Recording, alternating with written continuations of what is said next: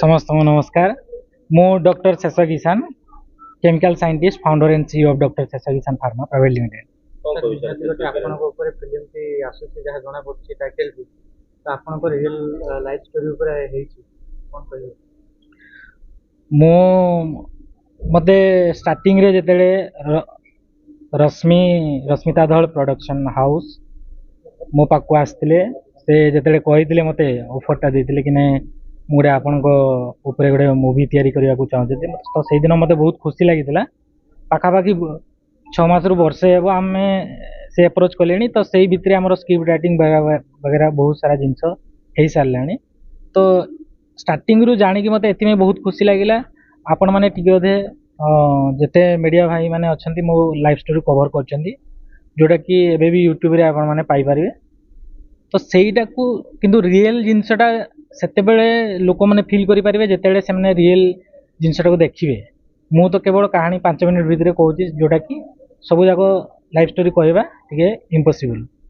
तेणु यही मूवी माध्यम से मैंने जो रियल स्टोरीटा जोटा बोला सिंगारू जर्मनी जो मोर संघर्षमय यात्रा से जो देखेबे जो थे कि हजार हजार छात्र छात्री मोर छोट बड़ भाई भाई मैंने इंस्पायर हे मोर आशा अच्छे। कृषक मान फिल्म आधारित साइंटिफिक आधारित शेष किसान माने हूँ मो ना हूँ शेष किसान तो जेहेतु से मूवीटा मोरी बायोग्राफी उपरे आधारित एरा गोटे मूवीटा पूरा बेस्ड ऑन ट्रू स्टोरी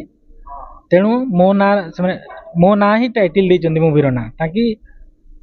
लोक मैंने इजिली जानी पारबे जे एटा का बायोग्राफी का स्टोरीटा का उपरे आधारित। मु खाली एतिकी कहबी जे मु जो जो जिनस गुड़ा शिखी बिना पैसा रे मु जर्मनी जाइए पहुँची पारची कि मु केते जो संघर्ष करची से जदि यही जो मोर छोट बड़ भाई भाई मैंने अच्छा युवपीढ़ी अच्छा से जदि किसी भी मेसेज नहीं पारे ताले मते लागिवो कि ये जो मूवी बना जाउची तार किसी सार्थकता रहिबो। Thank you.